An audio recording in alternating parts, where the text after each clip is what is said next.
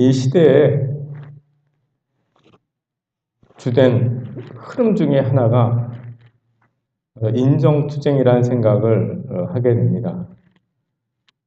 인정투쟁이라고 하는 것은 뭐냐면 어려운 말이 아니라 사람들이 이렇게 행동하는 거예요. 내가 얼마나 대단한 사람인지 알겠어? 나는 정말 대단한 사람이야. 이렇게 자기 자신을 사람들에게 막 드러냅니다. 나는 세상을 바꿀 수 있는 사람이야. 내 아이디어와 내가 가진 것으로 나는 수많은 사람들의 삶을 바꿀 수 있고 세상을 변화시킬 수 있어.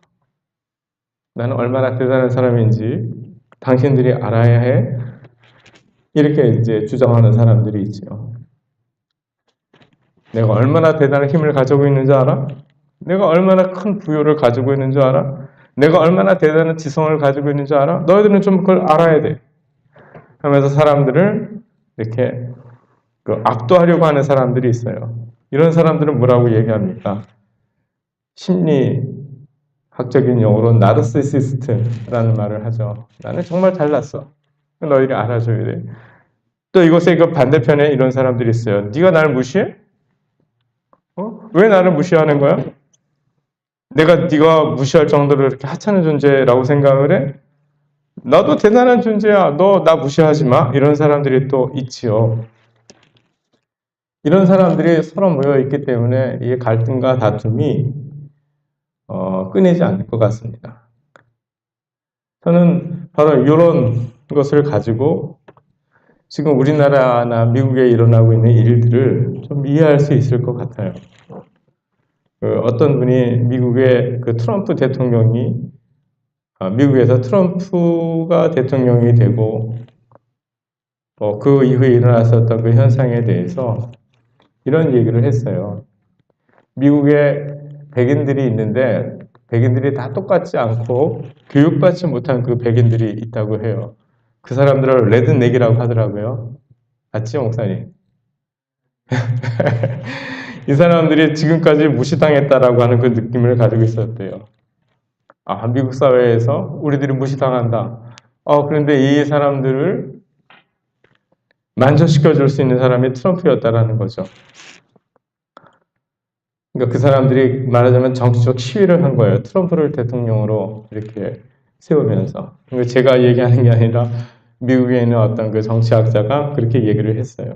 근데 저는 우리나라에도 비슷한 현상이 좀 있었다고 생각을 합니다.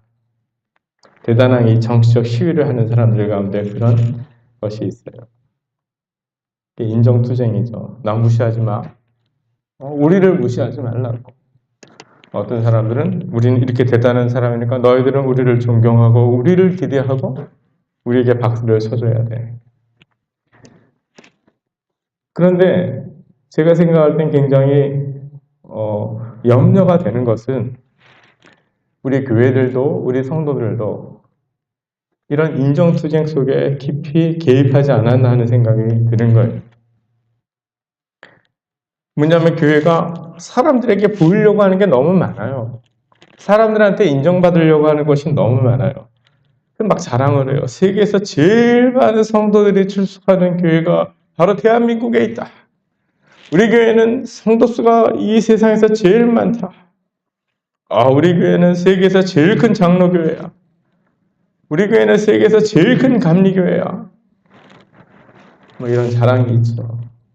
교회에서 어떤 일을 하는 것을 막 사람들한테 자랑을 해요. 하나님께 영광 돌린다고 하는 미명하에 막 자랑을 하는 거예요. 그리스도인들이 우리 이런 일을 했어, 저런 일을 했어.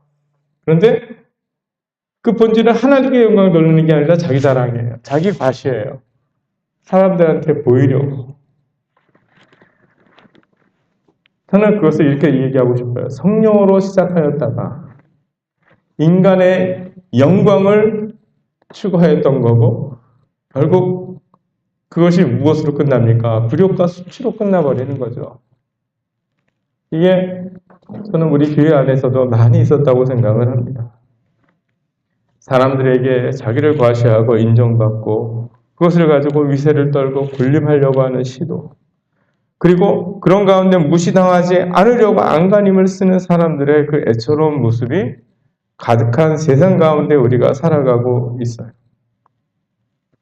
우리가 오늘 읽은 이 마태복음 6장에 나오는 예수님의 말씀, 예수님은 왜 이 말씀을 하셨는가? 인간의 연약함과 죄성으로 인하여서 사람이 추구할 수 있는 가장 고귀한 것인 의로움이 훼손되는 것에 대한 안타까움이 예수님에게는 있는 거예요. 인간이 뭔가 의로운 일을 하고 선을 행하고 다른 사람을 도와주는 것이 얼마나 존귀한 것입니까? 그런데 이것이 있지요. 훼손이 돼요. 원래 그 의로움과 이 선행, 이 구제가 가져와야 될 결과를 가져오지 못하고 오히려 사람들을 불행하게 하고 고통스럽게 하고 아프게 하는 그런 결과가 나타나는 거예요. 오늘 마태복음 6장에서 예수님께서 이 말씀을 하신 거에 또 이런 것이 있어요. 그렇게 사람들의 그 인정을 갈구하고 사람들의 박수를 받고 싶어하고 하는 그런 사람들에 대한 애처로움에서 나오는 연민이 저는 이 말씀에 또 있다고 생각을 합니다. 그러니까 정죄의 말씀이라고 저는 생각하고 싶지가 않아요. 안타까움, 연민. 그리고 이 사람들이 자기 자신을 드러내기 위해서 사람에게 보이려고 하는 그런 과장된 선행, 그것에 대해서 예수님이 그렇게 해서는 안 돼! 하는 그런 단호한 거부도 여기에 있는 겁니다. 예수님의 목적은 무엇입니까? 하나님의 목적은 무엇입니까? 우리를 정죄하려고 하시는 것이 아니에요.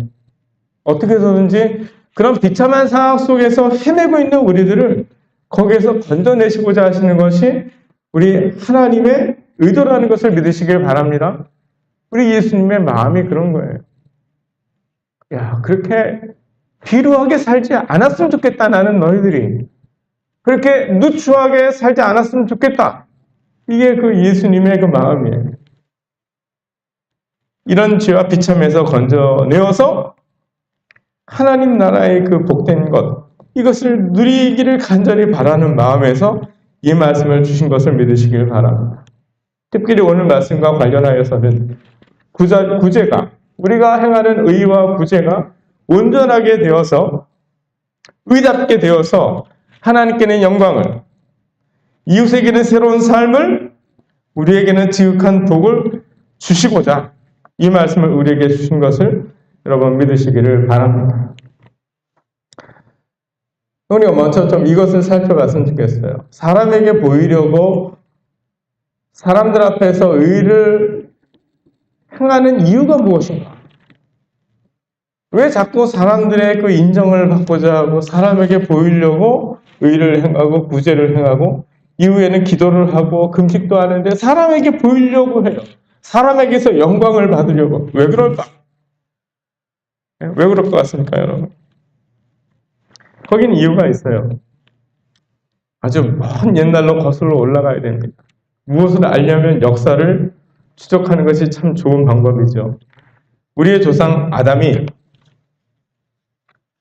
아주 열등감에 쩔어있는 존재가 하나가 있는데 그 존재가 바로 사단이죠. 아주 열등감에 쩔어있는 존재가 그 사단이에요. 사실은 하나님과 비교할 수가 없죠. 그런데 하나님과 비하려고 하는 그런 마음, 하나님을 넘어서서 가장 최고의 존재가 되려고 하는 그런 이시죠. 이 사단이라는 존재가 이 교만의 영을 아담과 하와에게 넣었어요. 너희들 최고의 존재가 되어라. 이 선악을 알게 하는 나무의 열과를 따먹는 순간 너희들은 최고의 존재가 된다. 하나님과 같이 될 것이다. 이 교만의 영, 최고가 되어라. 그럴만하지 너희들이. 모든 존재들이 너희들 앞에서 무릎을 꿇고 박수를 치고 대단하다고 칭찬받을 수 있고 정말 그런 존재가 되어라.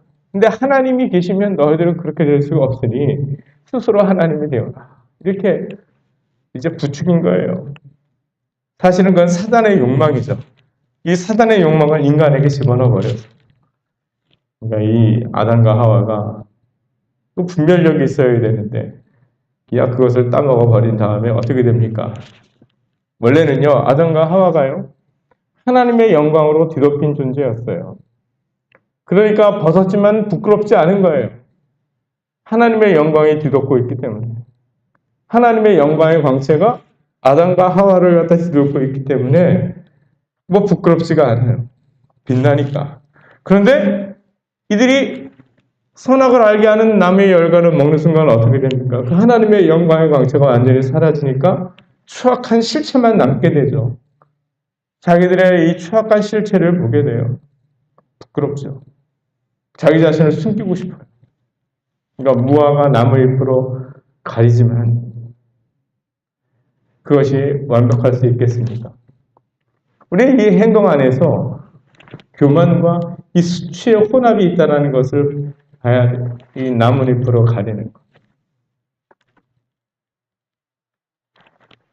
이후에 인류의 역사 가운데 이것은 끊임없이 나타납니다. 자기 자신을 돋보이게 하고자 하는 것과 자기의 수치를 가리기 위해서 위선을 하는 거죠. 사람에게 보이려고 나는 대단한 사람이다. 이게 무화과 나뭇잎 같은 거예요. 나는 대단한 사람이야. 막 사람들에게 자기 자신을 막 이렇게 위세를 떨기 위해서 뭔가 어떤 그런 대단한 일들을 갖다가 하고 그런 존재가 되고자 하는 그런 마음이 강력하게 있어요. 또한 자기의 어떤 추악한 실체를 가리고자 하는 그런 있지요. 은폐하고자 하는 그런 의도도 있는 거죠. 그러니까 인간들은 이 거짓된 환상 속에서 살아요. 자기 자신에 대해서 나는 이런 존재지 하고 자기 자신을 이 과장되게 해서 환상 속에서 사람들에게 막 보여서 사람들로부터 있어 박수를 받고자 하는데 그 뒤에는요 두려운 존재가 있어요. 두려워하는 존재. 내 자신이 진짜 드러나면 어떻게 될까? 그런 두려움이 있지요, 인간에게. 반면에 또 하나님 같은 존재가 되고자 하는 그 욕망, 독보적이 되고 대단히 높은 존재가 돼서 박수를 받고 싶은 그런 욕망도 있어요. 이 모든 것이 하나님께서 주신 그 은혜와 사랑에서 스스로를 분리시킨 인간의 그 비참한 모습이에요, 이것이. 인정받고자 하는 그 욕구가. 여러분, 우리들이 진정으로 행복하려면요, 이런 인정받고자 하는 그 욕구를 벗어날 수가 있어야 돼요. 그렇게 되기를 주님의 이름으로 축원합니다. 여기서 벗어날 수 있어야 돼요, 우리 그리스도인.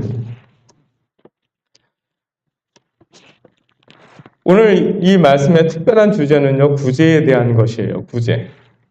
사람에게 보이려고 하는 구제의 문제를 또 특별히 그런 맥락 속에서 예수님이 다루고 계십니다.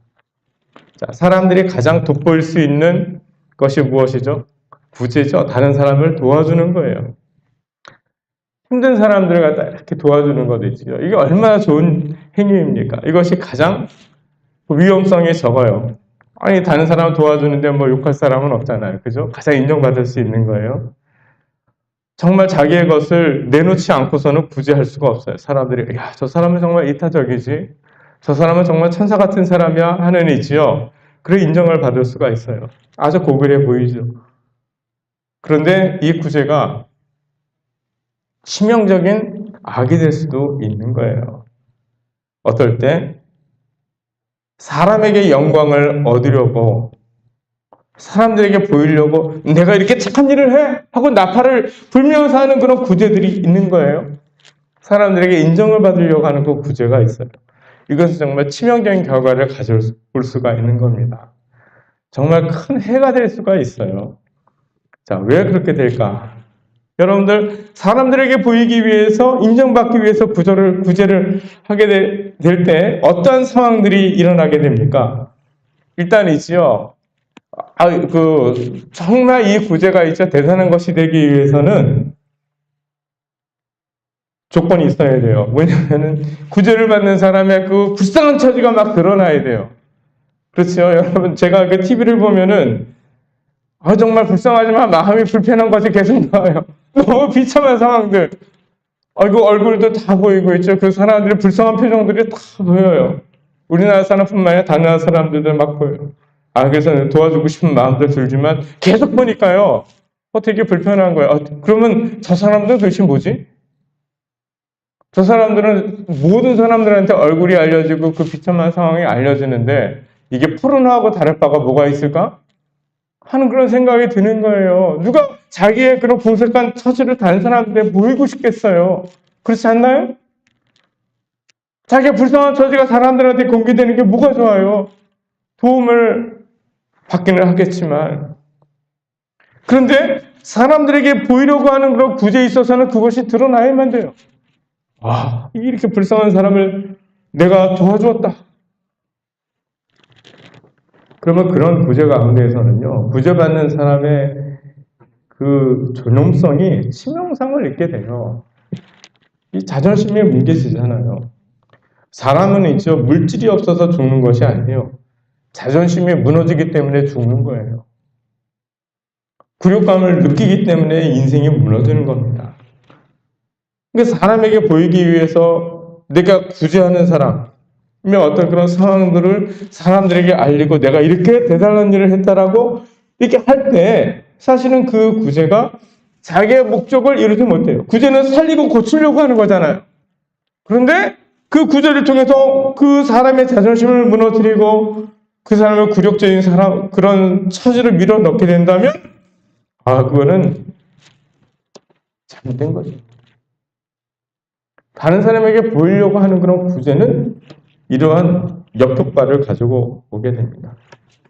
여러분, 참된 구제는요, 그 도움을 받는 대상의 존엄성이 지켜져야 돼요. 네? 지켜져야 돼요. 그래서 굉장히 세심한 것이 되어야 되고, 저는 대단한 경건이 요구되는 것이라고 생각을 해요. 그러니까 이 진정한 구제는 이 경건 하에서 시작이 되어야 되는 거죠. 그렇지 않으면 내 구제가 온전해지지 못해요. 오히려 잘못된 것이 될 수가 있는 겁니다. 그 다음, 구제하는 사람이 받는 해도 있어요. 사람에게 영광을 얻으려고 하는 그런 구제, 왜 해가 되는지 아십니까, 여러분?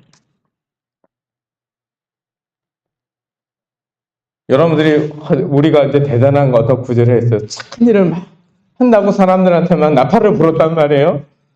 그럼 맨 처음에 사람들이 그에 대해서 어떻게 하겠습니까? 박수를 쳐요. 훌륭하다, 대단하다, 박수를 치는데요. 사람들이 어디 뭐 박수만 칩니까? 잘났어, 이러겠죠. 잘났어? 이런 다음에 사람들이 정말 잘하는 것이 있어요. 뭐냐면은 저놈은 뭐 잘못한 거 없나? 저거 하면서 무슨 비리를 저지르지 않았나? 저거 하면서 뭔가 잘못한 게 분명히 있을 거야 하면서 그 위선과 가식을 들추어내기 위해서 천재적인 능력을 발휘해요, 사람들. 그러면 잘 나가던 이 사람들이 순식간에 있지요. 세상에서 가장 나쁜 놈이 되는 거 있죠? 이거 정말 이거 쉬운 일이에요. 그렇지 않아요? 요즘 여러분들 그런 거 목격하지 않습니까? 사람들이 난 저 사람 때문에 역사에 대해서 정말 많이 배웠어. 근데 지금 완전히 그 사람이 지금 어떻게 됐는지 저는 좋았어요. 잘 배웠어요. 그런데 사람 다 알아내요. 사람들이 잘 되는 꼴을 못 봐요. 박수 받는 꼴을 못 봐요, 사람들은. 그것도 죄죠. 그것도 죄성이에요. 야비한 거예요. 근데 여러분, 우리가 박수를 받으려고, 사람들에게 인정을 받으려고 구제를 하게 되면요, 그 늪에 빠질 수가 있어요, 여러분. 어떤 일을 잘 해왔는데, 근데 사람들이 어떤 착한 일을 하고 선한 일을 할 때, 거기에 영광만 있습니까? 아주 잘하기만 할까요, 여러분? 그렇지 않아요. 제가 이제 우리 이 지원보육원에 오래 있었기 때문에 아는데, 여기 있는 선생님들이 하는 일은요, 정말 진흙탕에 뒹구는 거예요. 진흙탕에 뒹구는 거예요, 여기 있는 선생님들은. 얼마나 힘든지 몰라요. 그 고집센 아이들, 예쁘기는 하지만 고집세, 말 안 듣는 아이들. 여기 그 지혜방하고 사랑방에 듣고 있다면 정말 미안해요. 지혜방하고 사랑방은 절대로 그렇지 않습니다. 지원방은 절대로 그렇지 않아요. 근데 다른 법인들이 그렇대요. 다른 거기에서 그 고군분투하는 선생님들을 정말 훌륭하게 잘했지만 어떤 딱 한순간을 갖다 딱 찍어보면 아니 저럴 수가 있어 저거 인권유리 하냐 하는 그런 일이 없을 수는 없잖아요. 그렇지 않겠어요 여러분? 그러면 진짜 사람들은 그 전체적인 거 보지 않고 그거 하나 끌어내서 인권유린 교사 인권을 유린하는 사람으로 딱 이제 찍어가지고 완전히 매도하는 건 쉬운 일이에요. 그 사람에게 보이려고 하는 그런 구제가 이 구제하는 사람에게 아주 치명적인 어떤 그런 결과를 가져올 수도 있다는 거예요. 그리고 이 사람에게 보이려고 하는 구제, 사실은 이런 구제를 통해서 가장 대단한 효과는 뭐냐면 그 사람이 하나님의 연민과 긍휼을 체험하고 야 하나님이 안 계신 줄 알았는데 하나님이 내 처지를 이렇게 돌아보셨구나 라는 것을 알고 하나님을 찾게 된다면 그것이 구제의 최고의 그 효과가 될 수가 있는 거예요. 사람이 사람에게 얼마나 큰 도움이 되겠습니까? 도움이 되더라도. 그런데 사람에게 가장 큰 능력이 되는 것은 그 사람이 우리를 사랑하시는, 우리를 연민과 긍휼로 바라보시는 하나님을 만나게 한다면 그 사람의 인생은 완전히 세워지게 되는 것을 믿으시기를 바랍니다. 구제는 그 통로가 되어야 되죠. 그런데 사람에게 보이려고 하는 그런 구제, 사람에게 영광을 받으려고 어떤 선한 일을 갖다 막 하고 그것을 막 사람들 앞에 막 나팔을 갖다가 불잖아요. 그러면 아유 결국 자기 잘난 척하는 거네. 뭐 이렇게 돼버려요. 뭐 하나님을 만나지 못하잖아요. 그러니까 여러분 이 사람에게 보이려고 하는 이 사람에게 영광을 얻으려고 하는 그런 이 구제는 하나님만 못한 것이 되는 거죠. 그렇기 때문에 우리는 우리의 구제가 정말 온전한 것이 될 수 있는 그 길을 찾아야 돼요. 예수님이 말씀하셨어요. 구제할 때 의식하는 자가 사람에게 영광을 얻으려고 회당과 거리에서 하는 것 같이 너희 앞에 나팔을 불지 말라. 너는 구제할 때 오른손에 하는 것을 왼손이 모르게 하라. 내 구제함이 은밀하게 하라. 비결을 말씀해 주셨어요. 은밀하게 하라. 옛날에 그러한 영어 제목 하나 있었죠. 은밀하게 위대하게. 예, 정말 위대한 것은 은밀한 그릇에, 은밀의 그릇에 담겨서야지 위대하게 되는 겁니다. 이 인간의 영역에서는 그래요. 우리의 구제가 은밀한 것이 되고 온전한 것이 되어야 합니다. 어떻게 그렇게 될 수 있을까? 자, 첫 번째는요. 우리 그리스도인들이 이 구제를 온전한 것이 되게 하기 위해서는요. 먼저 우리가 이것을 인지하고 있어야 돼요. 우리는 이미 인정을 받았습니다. 아멘? 우리는 이미 인정을 받았어요. 그래서 사람들의 인정을 받을 필요가 없다는 걸 우리가 알아야 돼요. 오늘 말씀을 보세요. 4절에 뭐라고 나옵니까? 1절과 4절에 보면 하늘에 계신 너의 아버지가 계시다. 은밀한 중에 보시는 너의 아버지가 계시다라고 말씀하지 않습니까? 그렇지요? 누가 계시다고요?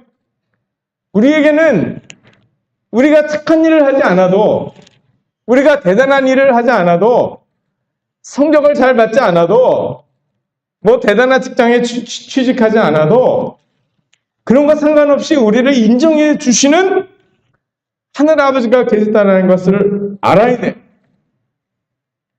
우리는 이미 하늘 아버지의 자녀이기 때문에 존귀하고 고결한 자들이라는 것을 아셔야 돼요. 이것이 우리의 정체성이에요.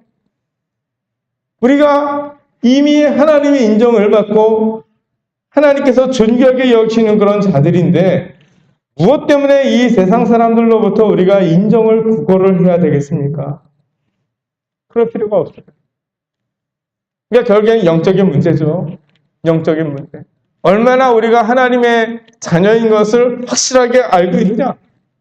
이 문제예요. 하나님이 나를 인정하신다면, 하나님께서 나를 귀하게 여겨주신다면 세상 사람들이 나한테 뭐라고 그러든 그거는 뭐 당신들의 사소한 견해지 뭐 무시할 수 있잖아요. 사람들이 칭찬하더라도 그 무슨 그런 칭찬을 하세요? 그거 저한테 필요 없어요. 이렇게 할 수가 있는 거예요. 여러분, 하나님의 자녀인 것을 믿으시길 바랍니다. 이미 충분히 존귀하고 고귀한 자들이에요. 여러분들이 어떤 선한 일을 하지 않았음에도 불구하고 의롭다 하시고 인정해 주시고 사랑해 주시는 아버지 하나님이 계십니다. 이 확신이 제일 중요합니다. 사람들은 인정투쟁 속에서 나 무시해? 나를 갖다 이렇게 봐, 대단하잖아. 이거는 이 세상 사람들이 하는 거고, 우리 하나님을 아는 사람들은 그럴 필요가 없어요. 그러니까 여러분, 좀 여러분들이 이 세상적으로 어떤 일을 못했다 하더라도, 그 사람들이 비난하더라도 개념치 마세요. 한번 어떻습니까? 그것 때문에 하나님이 넌 사랑하지 않아. 너 왜 그 성경에 그것밖에 안 돼? 너는 왜 그것밖에 못했어? 이러지 않으시잖아요, 우리 하나님이. 그렇죠? 그래. 네가 그래도 참 나는 귀하다고 생각해. 한만 말썽을 피우는 자식이 있더라도 너는 내 아들이야 라고 얘기하는 게 하나님이세요. 우리들도 그렇잖아요. 우리 최우신 목사님이 영우하고 우리 영환이 얘기할 때 참 재미있는데 아무 말 안 들어도 너는 내 아들이 아니야 그럽니까? 그래도 좋잖아요. 그죠? 아들이니까 말썽을 피우고 뺀질뺀질대도 너는 내 아들이야 그러잖아요. 사랑해 주잖아요. 그 인정이 정말 중요한 거예요. 그렇게 생각해요. 아이들을 키울 때 무조건 인정해 주는 거예요. 어렸을 때. 무슨 이상한 짓을 하더라도 한번 안아주고 그래 그래도 너는 내 아들이지. 그렇게 사랑받고 자란 아이들이 건전한 자존감을 갖고 살게 돼 있고, 그런 것이 결핍이 되어 있는 사람들이 이 인정을 받으려고 있죠. 안간힘을 쓰는 거예요. 그러니까 결핍해진 거예요. 근데 우리는 결핍되지 않았어요. 두 번째는요, 우리의 구제가 은밀한 것, 온전한 것이 되기 위해선 우리의 특권을 알아야 돼요. 우리는 하늘아버지의 은밀한 임재 가운데 있습니다. 아멘. 하나님과 멀리 떨어져 있지 않아요. 우리는 눈에 보이지 않는 것 같지만 지금도 하나님은 우리 옆에 계십니다. 우리는 항상 하나님의 임재 앞에서 살아가고 있어요. 그런데 그 임재 앞에서 살아간다라는 것, 그것은 무슨 의미냐면요, 하나님의 영이 소통을 해요. 우리 안에서, 그죠? 좀 더 다른 말로 한다면 우리는 그분 안에 완전히 잠겨져 있는 존재들이에요. 우리는 하나님 안에 있어요. 그리스도 안에 있어요. 그래서 우리가 그 하나님을 기뻐하고 하나님을 즐거워하고 그분과 교제를 갖게 되면은요, 어떤 일이 일어나느냐, 우리 안에 소원이 막 생기는 거예요. 선한 소원이, 좀 착한 일을 하고 싶다. 좀 이걸 하고 싶은데 하는 그런 마음이 생기고, 그럴 기회가 생기고, 그 능력을 하나님께서 주시는 거예요. 하나님의 선한 능력에 내가 사로잡히게 돼요. 이게 가능할 수 있어야 되는 거예요. 이것도 윤리의 영역이 아니라 경건의 영역이고 믿음의 영역이죠. 내가 하나님께 사로잡혀야 돼요. 그래서 막 어떨 때 그런 경우가 있어요. 정말 경건한 사람들은 막 눈물을 흘려요. 왜 우세요?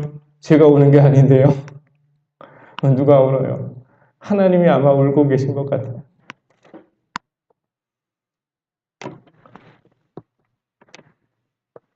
그러니까 하나님과 가까우니까 하나님의 감정이, 하나님의 생각과 하나님의 의지가 내 속으로 들어와서 내 속에 선한 그런 소원들을 형성하고, 그런 가운데 하나님께서 부어주시는 그 능력 가운데에서 그냥 나도 모르게 그런 하나님의 은혜에 참여해서 그런 일들을 하게 되는 것, 참된 구제는 바로 이런 것이죠. 참된 구제는 이렇게 일어나요. 그러니까 그 근원도 나에게 나온 것도 아니고 그 능력도 나에게서 나온 것도 아니고 나도 모르게 그렇게 사로잡혀서 막 하게 되는데, 내가 나를 드러낼 수 있겠습니까? 바울이 이렇게 얘기했어요. 자기 삶의 비결을. 나를 사랑하사, 이제 내가 육체 가운데 사는 것은 나를 사랑하사 나를 위하여 자기 몸을 버리신 하나님의 아들을 믿는 믿음 안에서 사는 것이라. 바울이 깨달았어요. 내가 살지 않네? 이게 뭐지? 그러니까 그 안에 예수님이 살고 계시는 거예요. 바울 안에. 그러니까 내가 하는 것은 내가 하는 게 아니구나. 예수의 영이 내 가운데에서 나의 이 비천한 존재를 사용해서 하나님의 은혜의 역사를 하시는구나 라는 것을 바울이 알고 고백을 하는 거예요. 우리의 모두 선하고 유익한 일들은 바로 그런 식으로 이루어진다는 것을 여러분들 믿으시길 바랍니다. 그리고 은밀한 구제를 통해 누리는 특권을 아시길 바라요. 여러분, 우리 그리스도인들에게 가장 큰 특권은 무엇일까요? 가장 영광스러운 것은 무엇일까요? 만약에 미국의 조 바이든 대통령이 이제 취임을 하죠. 근데 갑자기 편지를 써가지고 대한민국에 보내는 거예요. 최우식 목사님, 당신이 굉장히 탁월하고 뛰어난 사람이라는 걸 제가 발견했습니다. 와가지고 사회복지 특별 보좌관을 좀 해주시죠. 그럼 목사님 가실 거예요? 왜 안 가세요? 근데 영광이겠죠. 그게 아니라 영광이죠. 예? 영광이죠. 내가 유나이티드 스테이츠 오브 아메리카의 그 대통령의 동역자가 되네? 그 대단한 그 영광으로 여김을 받을 거예요. 근데 우리는 그 정도가 아니라 하나님이 우리를 동역자로 삼으시는 거예요. 할렐루야. 이게 영광이잖아요. 하나님이 당신의 일에 대한 일을 행하는 데 동역자로 여기시고 우리를 인정해 주시고 함께 해주시는 거예요. 이것만큼 큰 그 영광과 특권은 없는 것 같습니다. 그것이 대단한 일이 아닐지라도 내가 하나님의 동역자로서 하나님께서 마신 세상 한가운데 하나님 나라를 임하게 하고 거기서 깃든 참 힘들고 어려운 그런 영혼들을 위해서 내가 수고할 수 있다는 것. 그래서 거기에 하나님 나라의 그 생명과 영광의 빛이 비추고 그 사람들이 막 행복해하고 즐거워하고 하나님을 기뻐하는 것을 보게 되는 것만으로도 우리는 정말 대단한 특권을 누리는 겁니다. 대단한 특권을 누리는 거예요. 거기에 뭘 다른 것을 덧붙일 필요가 있어요. 다른 사람들이 정말 훌륭하십니다 라고 얘기하지 않더라도 말 필요 없어요. 저는 이미 충분히 복되고 행복합니다. 저는 상급을 받았어요. 하나님이 나와 함께 하시고 보세요. 여기 하나님 나라가 임했잖아요. 이렇게 아름다운 일들이 일어나고 있어요.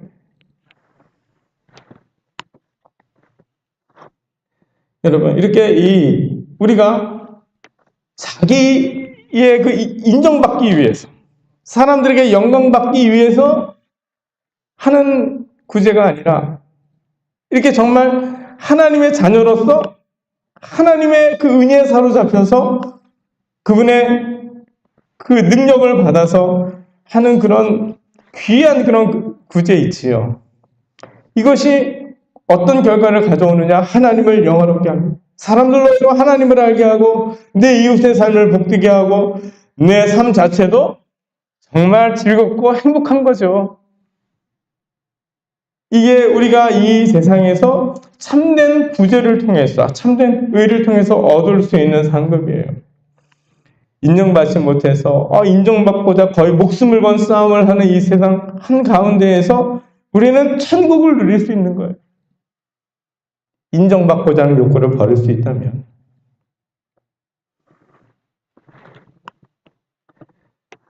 우리의 그 최고의 순간이 있어요.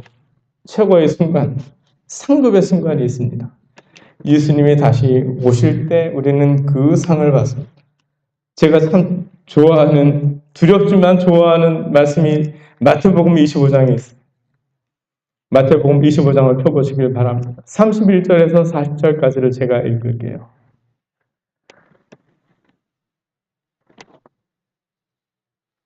인자가 자기 영광으로 모든 천사와 함께 올 때 자기 영광의 보좌에 앉으리니 모든 민족을 그 앞에 모으고 각각 분별하기를 목자가 양과 염소를 분별하는 것 같이 하여 양은 그 오른편에 염소는 왼편에 두리라. 그때 임금이 그 오른편에 있는 자들에게 이르시되 내 아버지께 복받을 자들이여 나와 창세로부터 너희를 위하여 예비된 나라를 상속하라. 야, 정말 대단한 거죠. 그 인생을 인정해 주시는 거예요. 그 인생을 복받은 자들이여, 내 아버지께 복받을 자들이여 라고 이렇게 선언해 주셔요. 근데 왜 그런 일이 생기게 됐느냐? 내가 줄일 때에 너희가 먹을 것을 주었고, 목마를 때에 마시게 하였고, 나그네 되었을 때에 영접하였고, 벗었을 때에 옷을 입혔고, 병들었을 때에 돌아보았고, 옥에 갇혔을 때에 와서 보았느니라. 그런데 참 황당한 일이 일어납니다. 의인들이 대답해요. 주님, 우리가 어느 때에 주의 줄이신 것을 보고 공개하였으며 목마르신 것을 보고 마시게 하였나이까? 어느 때에 나그네 되신 것을 보고 영접하였으며 벗으신 것을 보고 옷 입혔나이까? 어느 때에 병드신 것이나 옥에 갇히신 것을 보고 가서 배웠나이까? 자기들이 한 일을 몰라요. 근데 예수님이 말씀하세요. 내가 진실로 너희에게 이르노니 너희가 여기 내 형제 중에 지극히 작은 자 하나에게, 그렇죠, 사람들 주목하지 않고 필요 없다고 이게 내치는 그런 사람들이에요. 그런 사람 하나에게 한 것이 내게 한 것이다. 이 사람들은 진정한 구제를 한 것이죠. 진정한 구제. 자기들이 그 착한 일을 한 것을 잘 몰라요. 근데 그것을 예수님은 당신에게 한 것이라고 여겨주셔요. 그리고 칭찬을 해주십니다. 아버지께 복받을 자들이요. 우리들의 선행, 구제, 의의 행위, 정말 이것은 고결하고 존귀한 것이죠. 우리들이 이렇게 은밀하게 하나님의 은혜에 사로잡혀서 이런 일들을 정말 힘쓸 수 있게 되기를 주님의 이름으로 축원합니다. 그래서 같이 마지막 날 우리 주님 앞에서 이 칭찬을 같이 받았으면 좋겠어요. 내 아버지께 복받을 자들이여, 나와 창세로부터 너희를 위하여 예비된 나라를 상속하라. 이 말씀을 모두가 듣게 되기를 주님의 이름으로 축원합니다. 기도하겠습니다. 하나님 아버지, 오늘 이 말씀을 통해서 우리의 그릇된 생각을 바로잡아 주시고 지복에 이를 수 있는 길을 열어주셔서 참 감사를 드립니다. 이 말씀 안에 우리를 향한 하나님의 깊은 사랑이 있사오니, 또 이 세상을 향한 하나님의 깊은 사랑이 있사오니, 그 사랑과 은혜 가운데에서 우리들이 이 세상 사람들의 인정과 박수와 갈채를 헛되이 여기면서 하나님의 칭찬, 인정, 이미 받은 것이고 받을 것이오니 그것을 위하여 저희들이 의롭게 선하게 참고 영광과 존귀를 썩지 않을 것을 따라 살아갈 수 있는 그런 귀한 인생들 될 수 있도록, 교회가 될 수 있도록 축복